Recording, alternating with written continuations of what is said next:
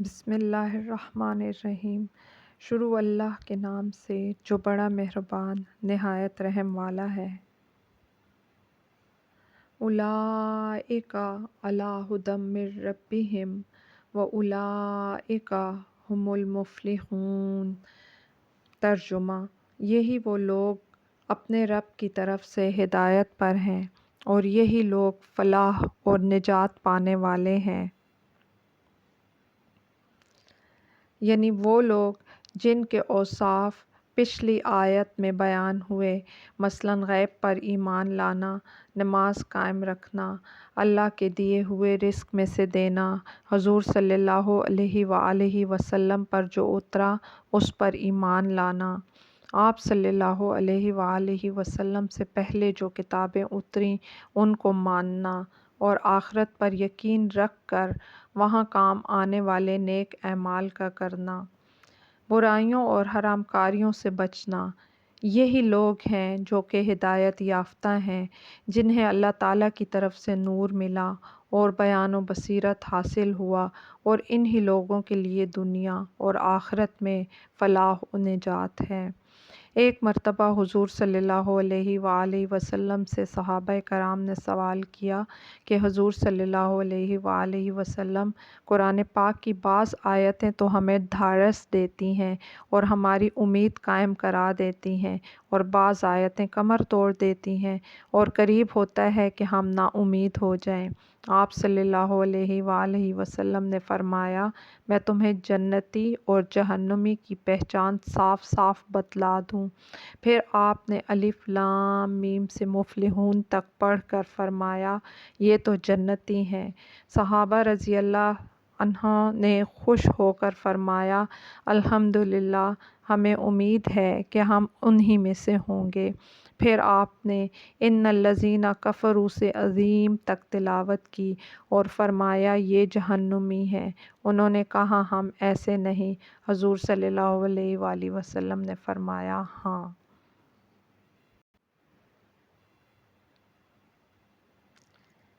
ان الذین کفروا سواء علیہم اانذرتہم ام لم تنذرہم لا یؤمنون۔ ترجمہ: کافروں کو آپ کا ڈرانا یا نہ ڈرانا برابر ہے، وہ لوگ ایمان نہ لائیں گے۔ یعنی جو لوگ حق کو پوشیدہ کرنے اور چھپا لینے کے عادی ہیں اور ان کی قسمت میں یہی ہے، نہ انہیں آپ کا ڈرانا سود مند ہے اور نہ ہی نہ ڈرانا۔ یہ کبھی خداوند تعالیٰ کی اس وحی کی تصدیق نہیں کریں گے جو آپ صلی اللہ علیہ وآلہ وسلم پر نازل ہوئی۔ حضرت عبداللہ بن عباس رضی اللہ تعالیٰ عنہ فرماتے ہیں کہ حضور صلی اللہ علیہ وآلہ وسلم کو اس بات کی بڑی ہی حرص تھی کہ تمام لوگ ایمان دار ہو جائیں اور ہدایت قبول کر لیں، لیکن پروردگار نے فرمایا کہ یہ سعادت ہر ایک کے حصے نہیں، یہ نعمت تو بڑھ چکی ہے، جس کے حصے میں آئی ہے وہ آپ کی مانے گا، اور جو بدقسمت ہیں وہ ہرگز ہرگز اطاعت کی طرف نہیں جھکیں گے۔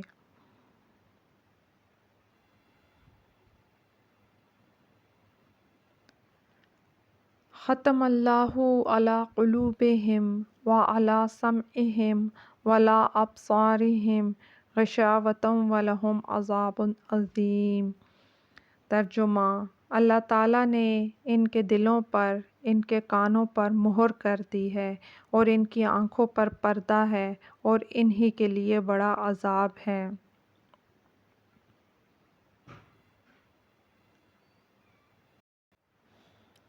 حضرت قتادہ فرماتے ہیں کہ یہ آیت منافقین کے بارے میں ہے۔ ان پر شیطان غالب آ گیا اور وہ اسی کی ماتحتی میں لگ گئے، یہاں تک کہ مہر خداوندی ان کے دلوں پر اور ان کے کانوں پر لگ گئی اور آنکھوں پر پردہ پڑ گیا۔ ہدایت کو نہ دیکھ سکتے ہیں، نہ سن سکتے ہیں اور نہ ہی سمجھ سکتے ہیں۔ رسول اللہ صلی اللہ علیہ وآلہ وسلم نے فرمایا، دلوں پر فتنے اس طرح پیش ہوتے ہیں جیسے ٹوٹے ہوئے بورے کا ایک ایک تنکا۔ جو دل انہیں قبول کر لیتا ہے اس میں ایک سیاہ نقطہ ہو جاتا ہے، اور جس دل میں یہ فتنے اثر نہیں کرتے اس میں ایک سفید نقطہ ہو جاتا ہے، جس کی سفیدی بڑھتے بڑھتے بالکل صاف سفید ہو کر سارے دل کو منور کر دیتی ہے، پھر اسے کبھی کوئی فتنہ نقصان نہیں پہنچا سکتا۔ اسی طرح دوسرے دل کی سیاہی جو کہ حق کو قبول نہیں کرتا پھیلتی چلی جاتی ہے، یہاں تک کہ سارا دل سیاہ ہو جاتا ہے، اور اب وہ الٹے کوزے کی طرح ہو جاتا ہے، نہ اچھی بات اسے اچھی لگتی ہے اور نہ برائی برائی معلوم ہوتی ہے۔ سورہ بقرہ کی ابتدائی 4 آیتوں میں مومنین کے اوصاف بیان ہوئے، پھر ان 2 آیتوں میں کفار کا حال بیان ہوا، اور اب منافقین کا ذکر ہوتا ہے جو بظاہر تو ایماندار بنتے ہیں لیکن حقیقت میں کافر ہیں۔ چونکہ ان لوگوں کی چالاکیاں عموماً پوشیدہ رہ جاتی ہیں، اس لیے ان کا بیان ذرا تفصیل سے کیا گیا۔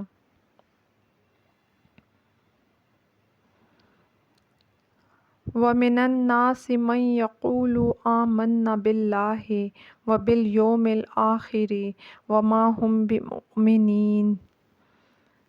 ترجمہ: بعض لوگ تو کہتے ہیں ہم اللہ تعالیٰ پر اور قیامت کے دن پر ایمان رکھتے ہیں، لیکن در حقیقت وہ ایماندار نہیں ہوتے۔ نفاق کہتے ہیں بھلائی ظاہر کرنے اور برائی پوشیدہ کرنے کو، یعنی انسان اچھائی تو ظاہر کرے لیکن جو برائی وہ دل میں رکھتا ہے اسے پوشیدہ ہی رکھے، اسے چھپا لے۔ اس آیت میں پروردگار عالم نے منافقوں کی بہت سی بد خصلتوں کا بیان فرمایا تاکہ ان کے ظاہر حال سے مسلمان دھوکہ میں نہ آ جائیں اور انہیں مسلمان خیال کر کے اپنا نہ سمجھ بیٹھیں، جس کی وجہ سے کوئی بڑا فساد پھیل جائے۔ یاد رہے کہ بدکاروں کو نیک سمجھنا خود بہت برا اور نہایت ہی خوفناک امر ہے، جس طرح اس آیت میں فرمایا گیا ہے کہ یہ لوگ زبانی اقرار تو ضرور کرتے ہیں مگر ان کے دلوں میں ایمان نہیں ہے۔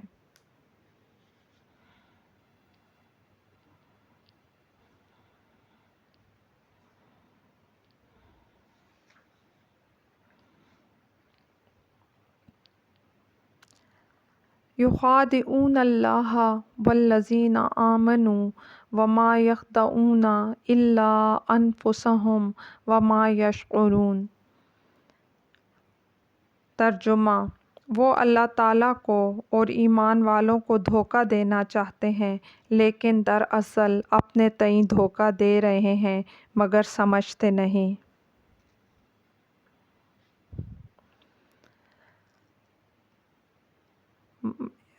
تفسیر اس کی یہ ہے کہ ان کا یہ فعل چاہے کسی کو دنیا میں دھوکہ دے بھی دے لیکن در حقیقت وہ خود ہی اپنے آپ کو دھوکہ دے رہے ہیں، کیونکہ وہ اسی میں اپنی کامیابی بھلائی اور جانتے ہیں، اور دراصل یہ سب ان کے لیے انتہائی برا عذاب اور باعث غضب الہی ہوگا جس کے سہنے کی ان میں نہ طاقت ہوگی اور نہ ہمت ہوگی۔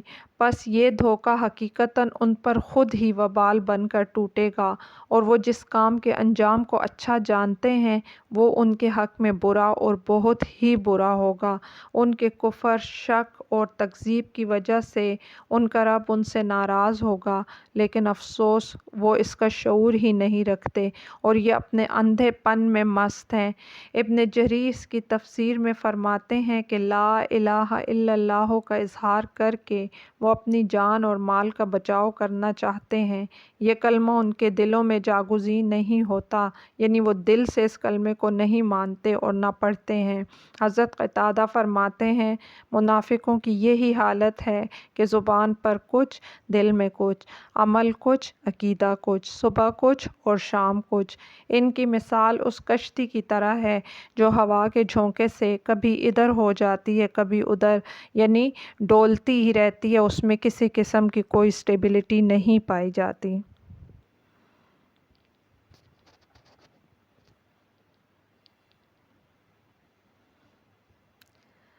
فی قلوبہم مرض وزادہم اللہ مرضا ولہم عذاب علیم بما کانوا یکذبون۔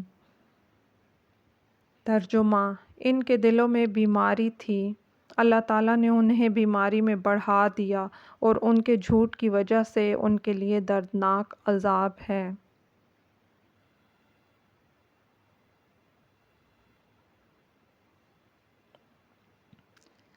بیماری سے مراد یہاں شک و شبہ کی بیماری ہے۔ زید بن اسلم فرماتے ہیں، یہاں دینی بیماری مراد ہے، جسمانی بیماری مراد نہیں۔ انہیں اسلام میں شک کی بیماری تھی اور ان کی ناپاکی میں اللہ تعالیٰ نے اور اضافہ کر دیا۔ جیسے قرآن میں ایک جگہ ذکر ہے کہ یعنی ہدایت ایمان والوں کے ایمان کو تقویت پہنچاتی ہے اور وہ خوشیاں مناتے ہیں، لیکن بیماری والوں کی ناپاکی اور پلیدی کو یہی ہدایت اور زیادہ کر دیتی ہے، یعنی اس کی بدی اور گمراہی بڑھ جاتی ہے۔ یہ بدلہ بالکل ان کے عمل کے مطابق ہے۔ وَإِذَا قِيلَ لَهُمْ لَا تُفْسِدُوا فِي الْأَرْضِ قَالُوا إِنَّمَا نَحْنُ مُصْلِحُونَ أَلَا إِنَّهُمْ هُمُ الْمُفْسِدُونَ وَلَكِنْ لَا يَشْعُرُونَ۔ ترجمہ: اور جب ان سے کہا جاتا ہے کہ اس زمین میں فساد نہ کرو تو جواب دیتے ہیں کہ ہم تو اصلاح کرنے والے ہیں۔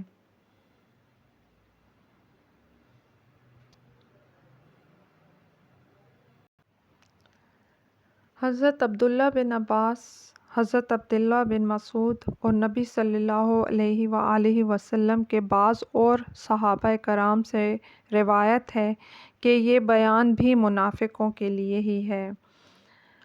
ان کا فساد، کفر اور معصیت خداوندی اتنی زیادہ تھی کہ زمین میں خدا کی نافرمانی کرنا اور نافرمانی کا حکم دینا اور زمین میں فساد کرنا ہی ان کا کام تھا، اور زمین و آسمان کی اصلاح اطاعت خداوندی میں ہے۔ لہٰذا حضرت مجاہد فرماتے ہیں کہ انہیں جب خداوند تعالیٰ کی نافرمانی سے روکا جاتا ہے تو کہتے ہیں کہ ہم تو ہدایت اور اصلاح پر ہیں۔ امام ابن جریر فرماتے ہیں، ان منافقوں کا فساد برپا کرنا یہ تھا کہ خداوند تعالیٰ کی نافرمانیاں کرتے تھے، جس کام سے خداوند تعالیٰ منع فرماتا تھا اسے کرتے تھے، فرائض خداوندی ضائع کرتے تھے، اللہ تعالیٰ کے سچے دین میں شک و شبہ کرتے تھے، اس کی حقیقت اور صداقت پر یقین کامل نہیں رکھتے تھے، مومنوں کے پاس آ کر اپنی ایمانداری کی ڈینگیں مارتے تھے، حالانکہ دل میں طرح طرح کے وسوسے ہوتے تھے، موقع پا کر دشمنان خدا کی مدد کرتے تھے اور ان کی اعانت کرتے تھے، اور اللہ کے نیک بندوں کے مقابلے میں ان کی پاسداری کرتے تھے، اور باوجود اس مکاری اور فسادانہ چال چلن کے اپنے آپ کو صلح جو قرار دیتے تھے۔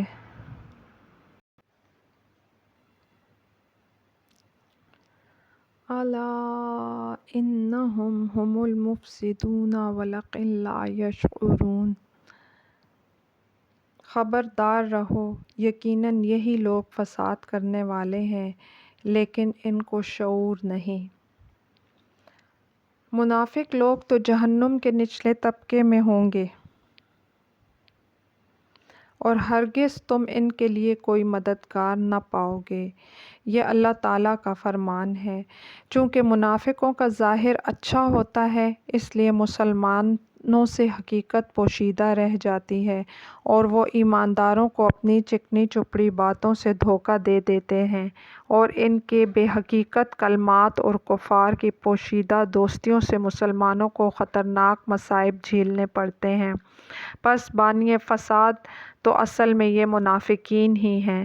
اگر یہ اپنے کفر پر ہی رہتے تو ان کی خوفناک سازشوں اور گہری چالوں سے مسلمانوں کو اتنا نقصان ہرگز نہ پہنچتا، اور اگر یہ پورے مسلمان ہو جاتے اور ظاہر باطن یکساں کر لیتے تب بھی دنیا کے امن و امان کے ساتھ ان کو آخرت کی نجات و فلاح بھی مل جاتی، لیکن یہ اپنی خطرناک پالیسی کے ساتھ اس طرح سے زندگی گزارتے ہیں کہ انہیں جب یکسوئی کی نصیحت کی جاتی ہے تو جھٹ کہہ اٹھتے ہیں کہ ہم تو صلح کل ہیں، ہم کسی سے بگاڑنا نہیں چاہتے، ہم فریقین کے ساتھ اتفاق رکھتے ہیں۔ لیکن حضرت عبداللہ بن عباس فرماتے ہیں کہ وہ اس طرح کہنے والے لوگ ہیں کہ ہم ان دونوں جماعتوں یعنی مومنوں اور اہل کتاب کے درمیان صلح کرانے والے ہیں، لیکن اللہ تعالیٰ نے صاف الفاظ میں فرما دیا کہ یہ ان کی نری جہالت ہے، جسے یہ صلح سمجھتے ہیں وہ عین فساد ہے، لیکن وہ اس بات کا شعور نہیں رکھتے۔ جزاکم اللہ خیرا کثیرا و احسن الجزاء فی الدنیا والآخرہ۔ سبحانک اللہم و بحمدک، اشہد ان لا الہ الا انت، نستغفرک و نتوب الیک۔